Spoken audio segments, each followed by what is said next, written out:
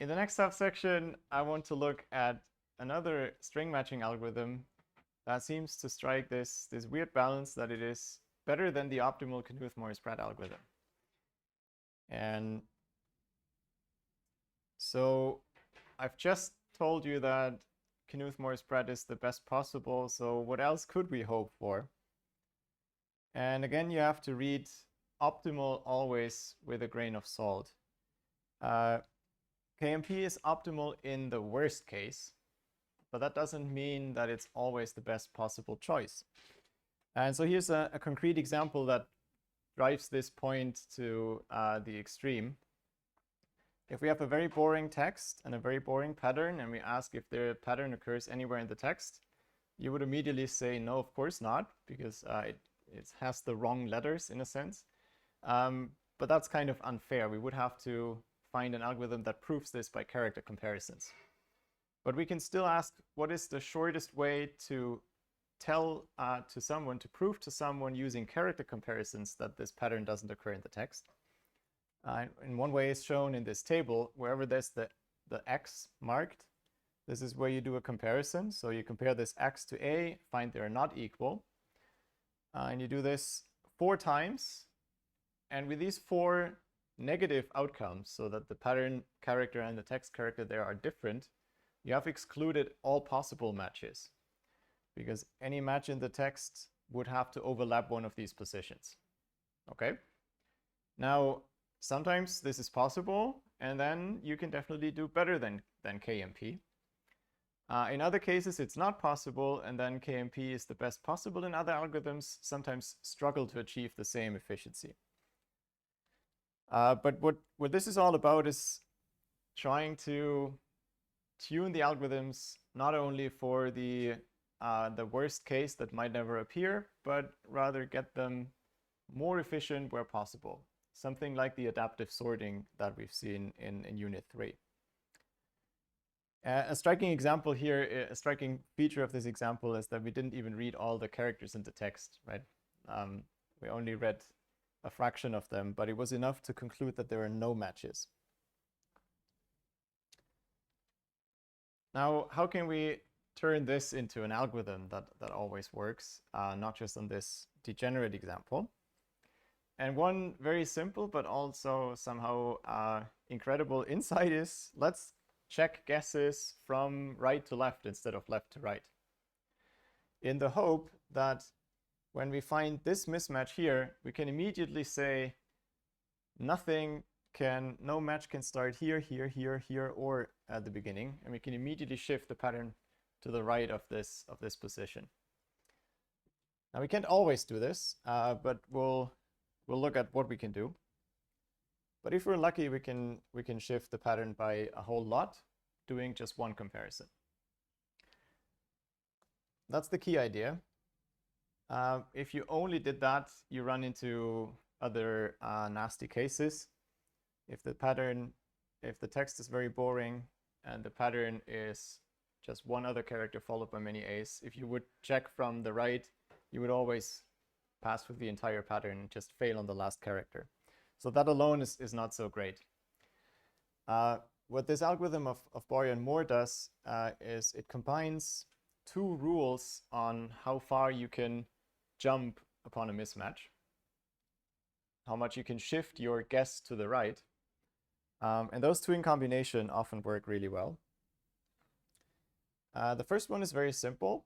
If we have a mismatch, so the text at a certain position has a character C, and this was not the right one for the current guess, then if the pattern does not contain this character C at all, we can immediately shift the pattern completely to the right of this position. Right? That was the example before. The pattern was all X's and the text was all A's. As soon as I found this A, I knew the pattern can't be on any of these positions. And we can generalize this a slight bit. We can always shift the pattern so that the last occurrence of this character aligns with the current position that we checked. The second heuristic is a little more involved, but it basically means if you've started comparing from the right a certain part, you found a partial match of the pattern already in the text, you would like to not completely throw away that knowledge. We'll see in examples the details. This time I'll start with code, even though it has gaps. So how to compute these two mysterious functions will come on the following slides. And then the overall structure of the code, again, is we iterate through guesses in the text. But because we do this with jumps, it's a little more tricky. We start with the rightmost position in the pattern. So we compare right to left. And then as long as we have matches, so we compare the character in the pattern with the current position in the text. And if they match, then we go one position to the left in the pattern and the text, right? And compare the next. So that's the matching from right to left. If we ever reach the beginning of the pattern, we have found all characters, so that's a match. And we can return this here. Otherwise, if we find a mismatch, we have to adjust our guess. So move the guess to the right. And we do this by using the bigger of these two jumps. And again, without defining what these, what the delta and gamma table is, that makes little sense, but we'll come to that. Okay. We'll make sure that we always shift at least by one position so that we make progress. Other than that, excluding the heuristics, it's the very natural way to implement this right to left guessing instead of left to right.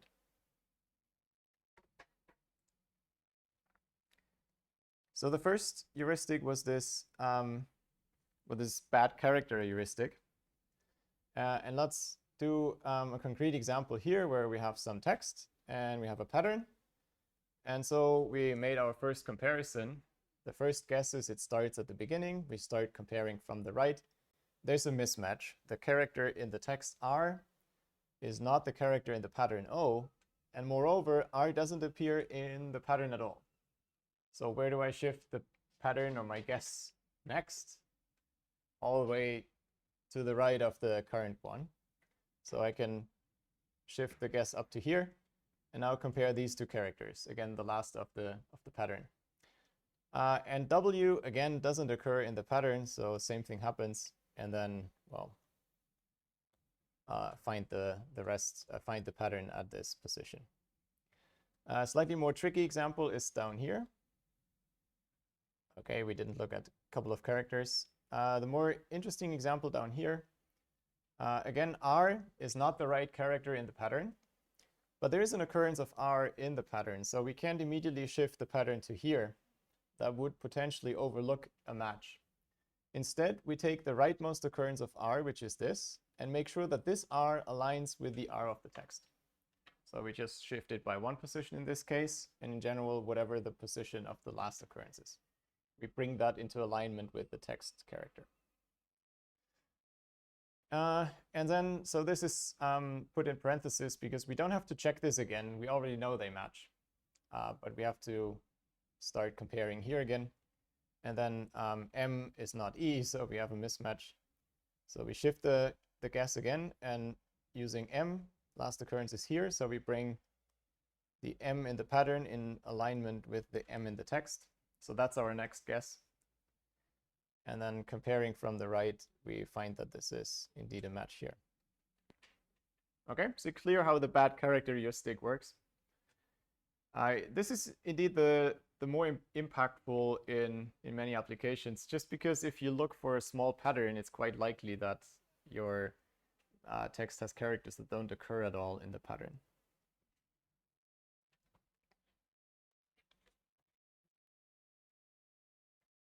More formally, we say we compute this delta array as the index where this character occurs last. And then putting this into the pseudocode from before gives you the right results. So here's a small example how you can build that table. Basically, you go left to right through the pattern and overwrite the last position. Then you immediately get the last occurrence of every character. And here's how you work out how much you have to shift. So just on the example to justify that formula. if you initially start I is 0, so that's the guess, that's the starting position of this match, right? So position 0, 1, 2, and so on. J was 4 because we're still at the last position, so 0 plus 4 is the position here. That's the position where we check. That was the mismatch. We found the character R in this position in the text. And the last occurrence of R in this word is at index 3. And so to make that occurrence align with the position 4 in the text, we have to shift by 1. And in general, it works out to J minus the value in delta, lambda. Okay? That's kind of easy to do. The only downside is we now have an array again for the entire alphabet, so it's there's some trade-off to be made with the space. Let's also look at the good suffix example. So again, this is the second heuristic, and it tries to keep, if you have partial matches, make use of those partial matches to not look at guesses that cannot possibly work. And this one I will only explain on an example. And so the disclaimer is you don't need to know all the details for this one, but you should be able to do it on a small example like this one. This is the text, and here's the pattern. And suppose we have started from the right, comparing the last 4 characters match, but then we have a mismatch at H. So we would like to shift this guess forward, but we only want to shift it in a way that these matches that we already have don't immediately create a mismatch with the new guess. That would be wasteful. We already know that can't be. And so in this case, we can shift it forward so that this else is in alignment with this else. Okay, that's what happens if you put these up on top of each other, and that's pretty much the only way to do it here. And then you can start jumped all the way to the back.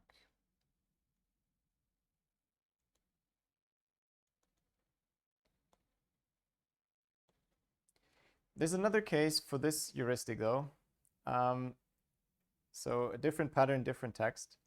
Same situation, you started comparing from the back, and then there's a mismatch. Now you want, again, shift the pattern forward by as much,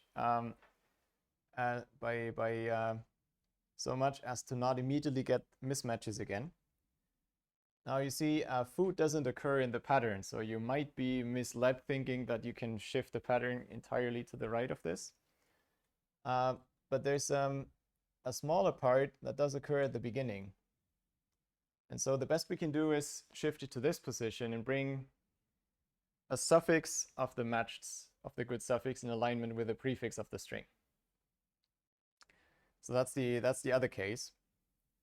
If both cases apply, you have to use the one that gives you the smaller shift because you can't afford overlooking an occurrence. All right. So the crucial thing was to have the longest suffix of the matched part. The good suffix of the pattern is what you found in the text, and you want to find an occurrence of that earlier in the pattern. If you don't find the full thing, then you find at least the suffix of that.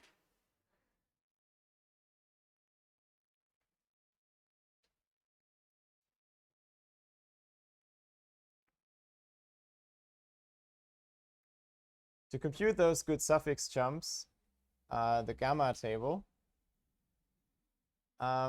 we store in gamma j the shift that we would have had if we have matched the positions from the right up to position j. And then at position j in the pattern, we have a mismatch. And so we know the good suffix is everything after j.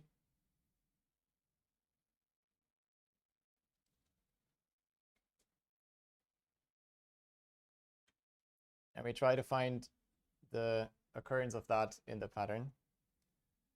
So at this point, well, there's a match in the text up to this point. That's the good suffix. but a mismatch for the next position. And then one of the two options that we've just seen in the example is chosen. And we have to choose the larger of them.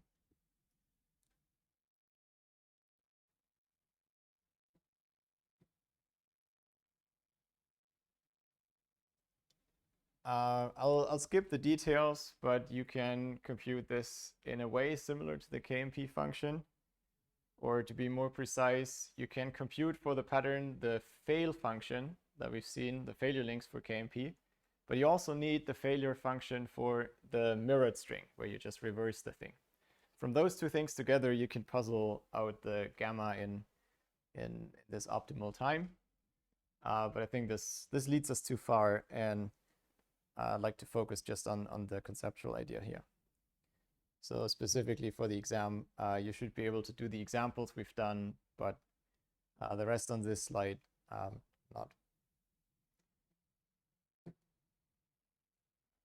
All right, that's pretty much all I want to say about the Boyer-Moore algorithm. You've seen the top level code. You've seen how to compute the last occurrence function, or the bad character heuristic, and I've sketched how you can do the good suffix one. There's some interesting remarks. The algorithm is a little more tricky to analyze than KMP, where we've essentially done it. It's completely not obvious, but one can prove with a lengthy analysis that the worst case, if the pattern does not occur in the text, is essentially best possible. It's n plus m. There's the plus sigma because we have to fill the last occurrence array. So that's inevitable here, but usually the text is longer than the alphabet, right? It's a very peculiar situation if you have a text that doesn't contain all the characters, even though thinkable with Unicode. So if the pattern does not occur in the text, Boyer-Moore is still worst case optimal. But this is not true in general. In particular, if you want to report all occurrences and not just the first, it seems well, the solution I've shown you, the code I've shown you, wouldn't work well in that case. It would, in the worst case, go down to this n times m. One can work on this. There's variations that try to be smarter. It's trickier here than in KMP because you have to remember partial matches, and these can be anywhere in the middle of the pattern. They're no longer necessarily just a prefix, but they can be anywhere in the middle, and that makes it a little tricky to keep track of them. For KMP, this is not true. For KMP, you can always report all matches in the best possible time by just keeping it running. In the code, we returned, when we found a match, we returned the starting position.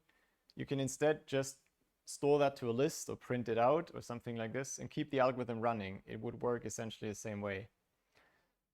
Then you get all occurrences in that time.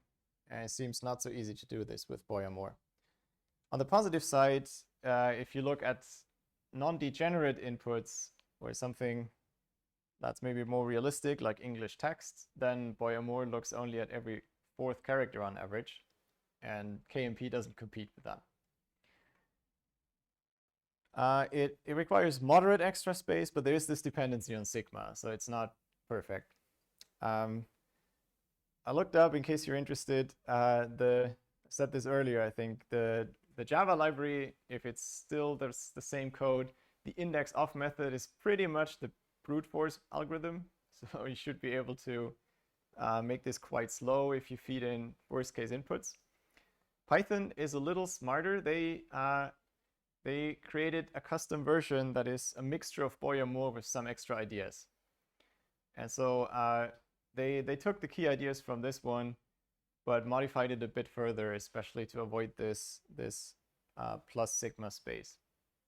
It's quite interesting if you want to read about it. I think I put a link. I can send you a link if you want. All right.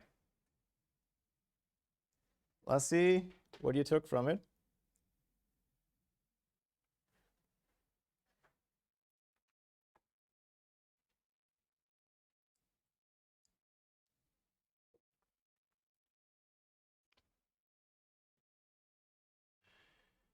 And again, this is one where you want to read carefully.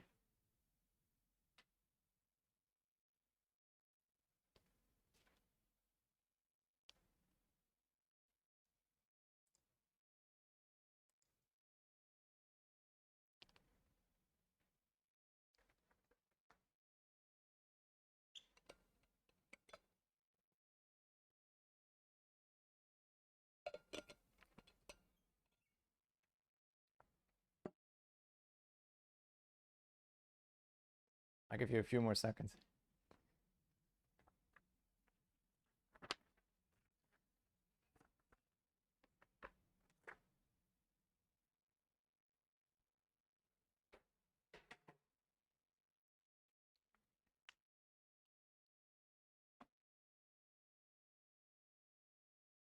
Okay, it looks roughly where we were before. 3, 2, 1, and locked. Okay. I'll switch back. So most of you get this.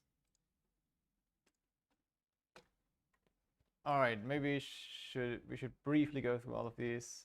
So Boyer-Moore is not better than KMP on all inputs. We've seen some examples where Boyer-Moore, at least our version, is worst case n times m. KMP never, so that's clear. For some inputs, it's faster. We had this English language text. That's the opposite of the first, which is also not true because, well, essentially it follows from this one. And there are examples where KMP is better than Boyer-Moore, otherwise the first would be true. The last one is also interestingly true. I'm not sure if this is obvious from what I told you really, or if I just threw this in for your information.